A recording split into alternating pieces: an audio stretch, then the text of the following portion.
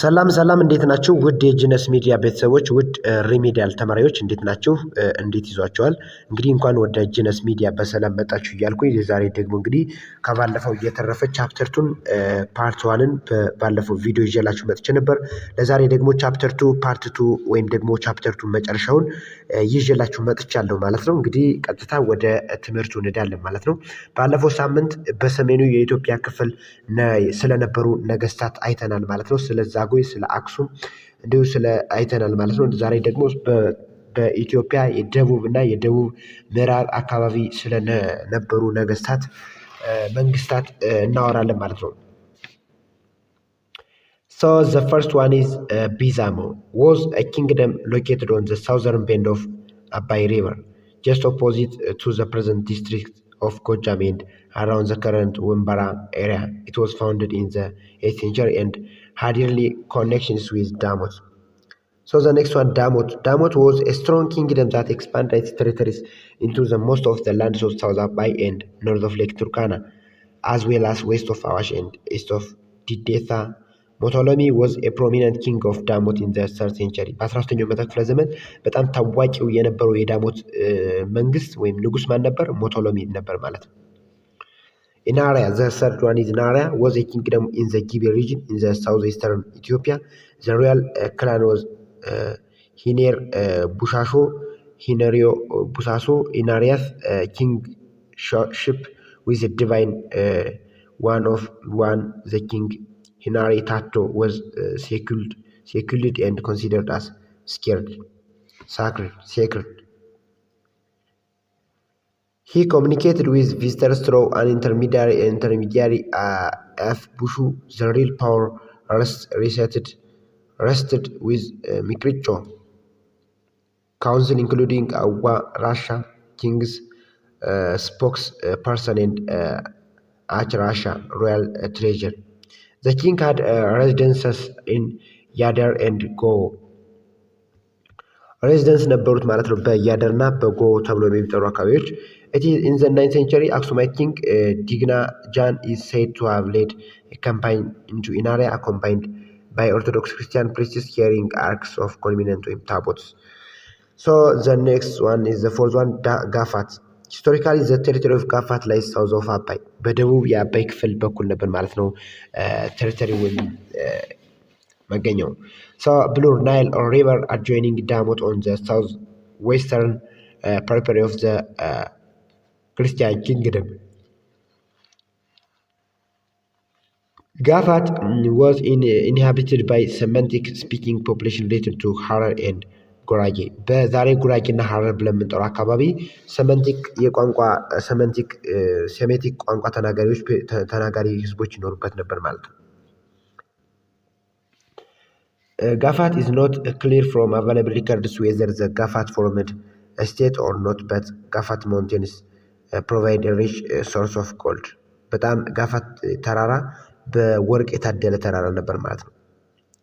As of early medieval period, Gafat was paying tribute to the Christian kingdom mainly in cattle, which came from 6 districts among which Gambo and Shat are Gafat clan names. That is governed by rulers bearing of the title of Aulamo. 2.3 ሙስሊም ሱልጣኔትስ የሙስሊም ገዢዎችን ስናይ ደግሞ ዘሸዋ፣ ሀዲያ፣ ፋታጋር፣ ባሊ፣ ኢፋት ኤንድ ዳዋሮ እናያለን ማለት ነው። አፍተር ዘ ስፕሪድ ኦፍ እስላም ሲንስ ዘ ቢጊኒንግ ኦፍ ዘ 8th century እስላም በ18ኛው መቶ ክፍለ ዘመን መጀመሪያ አካባቢ ከተስፋፋ በኋላ viable Muslim community and states had been established at many locations, and especially along the main trade routes from Zela and its many branches penetrating the interior. የመጀመሪያው ሸዋ ነው ማለት ነው። የመጀመሪያው የሙስሊም መንግስታት ከሆኑት አንዱ ሸዋ ነው ማለት ነው። the oldest Muslim state in Ethiopian region በጣም ትልቁ ወይም oldest ተብሎ የሚጠራው ከሙስሊም መንግስታት አንዱ ሸዋ ነው ማለት ነው።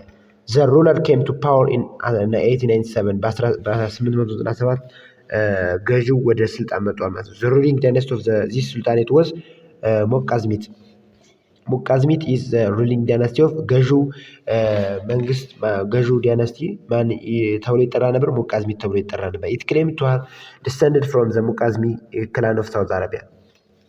ዘ ኔክስት ዘ ሰከንድ Muslim sultanate is called Fatagar. Fatagar was founded around ምንጃር ሸንኮራ አያችሁ ዛሬ ላይ ምንጃር ሸንኮራ and አዳ in the mid century located between Lake Zoai in the south and Bishoftu Debre Zeit in the north. Dawaro, the third one is Dawaro. Dawaro located south of Fatagar between upper waters of Awash and Wabi Shabali extending to Charchar in northeast and Kinder in southeast, corresponding roughly to the present Tarsi region. The ancestors of the present Sidamitinic group are known to have settled in the territory of Dawa. አራተኛው ባሊ ነው ማለት ነው። there is no evidence when the sultanate was emerged ምንም አይነት መረጃ የለም። ይህ መንግስት መቼ እንደመጣ የሚያመለክት ነገር የለም ማለት ነው። the sultanate is first mentioned during the time of አምደ ጽዮን ሱልጣኔቱ የመጀመሪያ ሜንሽን የተጠቀሰው በአምደ ጽዮን በነገሰ ጊዜ ነው ማለት ነው። the rulers used royal title of ጋራድ like that of ሀዲያ ሮያል ታይትል መጠሪያቸው ማን ተብሎ ይጠራ ነበር? ጋራድ ተብሎ ይጠራ ነበር ማለት ነው እንደ ሀዲያ።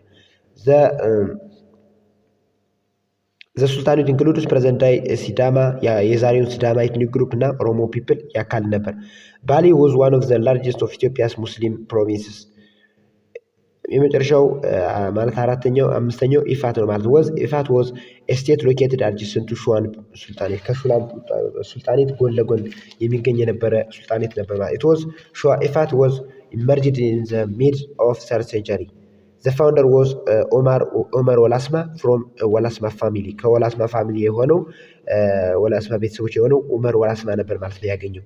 during the reign of Omar ኢፋት subdued and incorporated to the Muslim Sultanate of Shua. ኢፋት monopolized ዘይላ trade routes ዘይላ ወደብን ተቆጣጥረው ነበር ማለት ነው። ሀዲያ mentioned for the first time during the region of አምደ ጽዮን ይህም ደግሞ በአምደ ጽዮን ጊዜ ነበር ማለት ነው ለመጀመሪያ ጊዜ የተጠቀሰው። ሀዲያ occupied most of the westerly territory of Ethiopian region የምዕራቡን የኢትዮጵያ ክፍል ይይዛል ማለት ነው። its economy depended on mixed farming while some part of the population practiced pastoral life. Trade also contributed a lot. ሀዲያ was the main source of slaves የባሪያዎች ምንጭ ተብላ ተነበረች ማለት ነው ሀዲያ። the ruler had a title called ጋራድ ተብሎ የሚጠራ ስም ነበራቸው ማለት ነው። ዘርዓ ያዕቆብ married ሀዲያ ጋራድ daughter ኪዩን ሀላኒ።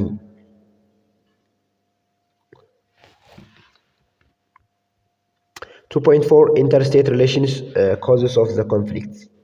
ዘይላ was the main outlet of the sea during the medieval period. ዘይላ ወደብ በጣም ኃይለኛ የንግድ እንቅስቃሴ ማካሄጃ ቦታ ሆና ታገለግል ነበር። the ambition to control trade route and commodities that passed through ዘይላ lead to conflict. አያችሁ አምቢሽን ማለት ፍላጎት ነው። ዘይላን ይህን የንግድ ወደቡን ለመቆጣጠር ከነበራቸው ፍላጎት አንጻር ዘይላን ለመቆጣጠር ማለት ነው ወደ ግጭት አምርተዋል ማለት ነው። the first conflict between the Christian kingdom and ኢፋት took place in 1328 በ1328 ዓመተ ምህረት የመጀመሪያው ጦርነት በክርስቲያን ገዢዎች እና በኢፋት ወይም ደግሞ ሙስሊም ገዢዎች በኢፋት አማካይነት ተካሂዷል ማለት በ1328 ዓመተ ምህረት።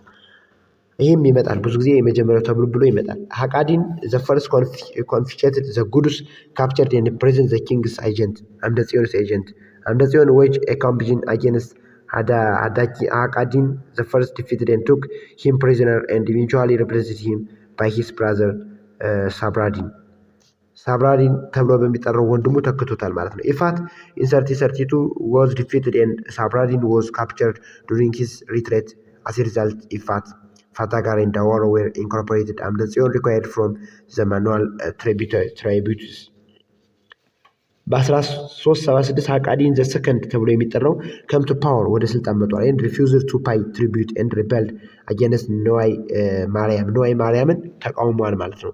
the son of አምደ ጽዮን and died fighting in 38 የአምደ ጽዮን ልጅ የሆነው ነዋይ ማርያምን ኦፖዝ አድርጎታል። ሲሚላርሊ ዘ ሳክሰሰር ኦፍ አቃዲን ዘ ሰከንድ ሳዳዲን ጌንድ ኢኒሻል ሳክሰስ አንቲል ኪንግ ዳዊት extended his expansion and defeated in Saladin became the second became refuge in Zela until King Isaac killed him. ኪንግ ይስሐቅ እስከሚገለው ድረስ ማለት ነው ነግሷል ማለት ነው። ሳዳዲን ዘ ሰከንድ ማለት ነው። አዳል continued to challenge the Christian state and were successful in killing Theodorus and Isaac. This led to intense struggle for predominance.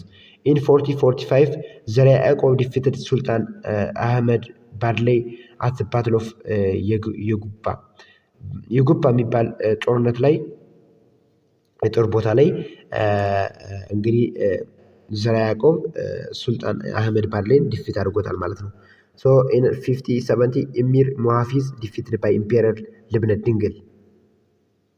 እንግዲህ በ1517 ዓመት ነው ኢሚር ሙሐፊዝ በኢምፔረር ልብነ ድንግል ተሸንፏል ማለት ነው። ዘንድ ኢማም አህመድ ኢብን ኢብራሂም አልጋዚ ፖፑላሪ ናውን አስ አህመድ ግራኝ ኦር ዘ ሌፍት ሃንድድ ቱክ ኦቨር አዳል እንግዲህ አዳልን ተቆጣጥሯል ማለት ነው። ዜር ኮንፍሊክት ሃድ ላስትድ ፍሮም 1529 to 1543. The Imam's army controlled the territories including Bali, Dawaro, Fatagar, Sidama, Hadija and Kampata and the Christian kingdom was at risk. እንግዲህ በጣም መጠናከር ይጀምሩበት ማለት ነው። The Imam's army defeated Lebanon English army at the battle of Shimbra Kore in 5029 near present day Mojo.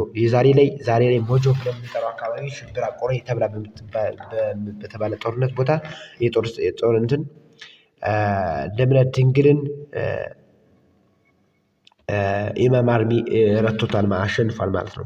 ዘን ኢማም ኮንትሮል ሸዋ፣ አማራ፣ ላስታ ኤንድ ሙቭድ አስ ፋር ኖርዝ አስ መረብ ምላሽ እስከ መረብ ምላሽ ሂዷል ማለት ነው። ኢማም አህመድ ኢምፓየር ስትራቴጂ ፍሮም ዘይላ ቱ ምጽዋ ሂ ዋዝ ኢንካራጅድ ባይ ሂስ ዋይፍ ባቲደል ወንበራ ተብላ በምትጠራ ባለቤቱ ወይም ሚስቱ አይዞ ትለው ነበር ማለት ነው። ሺ ዋዝ ዘ ዳውተር ኦፍ ኢሚር ሙሐፊዝ የኢሚር ሙሐፊዝ ልጅ ነበረች ማለት ነው። ወይም ደግሞ በዚህ በኢምፔሪያል ልብነ ድንግል በተሸነፈው በኢሚር ሙሐፊዝ የእሱ ልጅ ነበረች ማለት ነው። ባቲደል ወንበራ ወይም ደግሞ የኢማም አህመድ ሚስት ማለት ነው። ሺ ዋዝ ዘ ዴዝ ኦፍ ልብነ ድንግል አት ሞናስትሪ of Debre Damo brought Claudius into power in the 5040. Claudius continued to face the wars with more intensity as Imam Ahmed had received Turkish musketeers based on the 5035. Limna Dingil's request 40 Portuguese soldiers arrived in the Christian court in 5041, led by Christopher da Gama. Limna Dingil to retreat, finally dying in 5040 as a fugitive.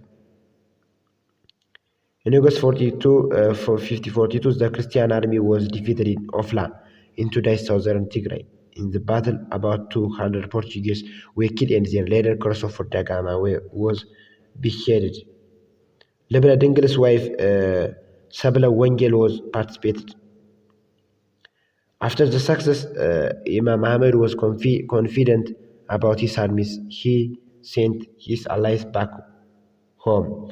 But the Christians prepared for final confrontation under Emperor Claudius. Sabla Wengel advised him how to prepare and march for the Battle of Wayna Daga. በጣም ሰብለ ወንጌል ማለት እንግዲህ የገላውዲዮስ ሚስት ነች ማለት ነው። እሱን መክረዋለች ማለት ነው። እንዴት አሲስት ማመቻቸት እንዳለበት ጦሩን ስትመክረው ነበር ማለት ነው። They employed a hit and run strategy which severely affected Imam's army. They did not know where the attacks came from.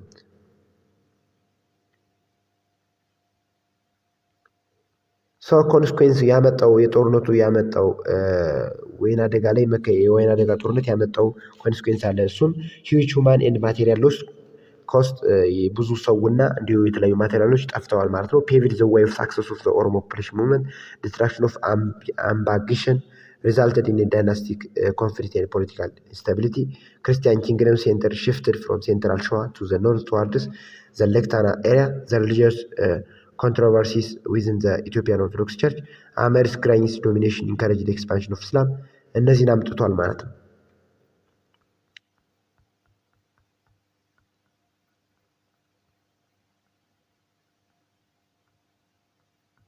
2.5 International dimension of the conflict. Competition for supremacy over the Red Sea and the Indian Ocean between Portugal and the Ottoman Turks gave the prolonged conflict between the Christian kingdom and the Muslim principalities a global dimension. Middle Eastern powers, including the dominant Ottoman Empire, who were the intermediaries of the international trade, were adversely affected by the